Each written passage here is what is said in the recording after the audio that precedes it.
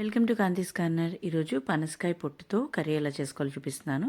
దీనికోసం ఒక చిన్న పనసకాయ తీసుకుని తొక్క చెక్కేసుకుని చిన్న చిన్న ముక్కలుగా చేసుకుని దాన్ని వెజిటబుల్ కట్టర్లో వేసేసుకుని దాన్ని తొక్కులాగా చేసేసుకుని దానిలో సరిపడినంత ఉప్పు పసుపు వేసి ఉడికించేసుకోవాలి. నీరు వేసి ఉడికించుకున్న తర్వాత బాగా చల్లారిపోయిన తర్వాత దాన్ని గట్టిగా పిండి ఒక పళ్ళెంలోకి తీసేసుకోవాలి.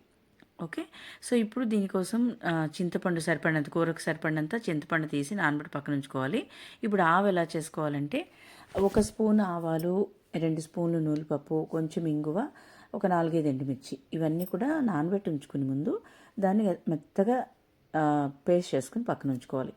తర్వాత ఇప్పుడు పులిహార పోపు సేమ్ పులిహారకి ఎలా వేసుకుంటాం అదే శనగపప్పు, మినపప్పు, ఆవాలు, ఇంగువ, పచ్చిమిర్చి, కరివేపాకు, అల్లం అది పోపు వేసుకోవాలి.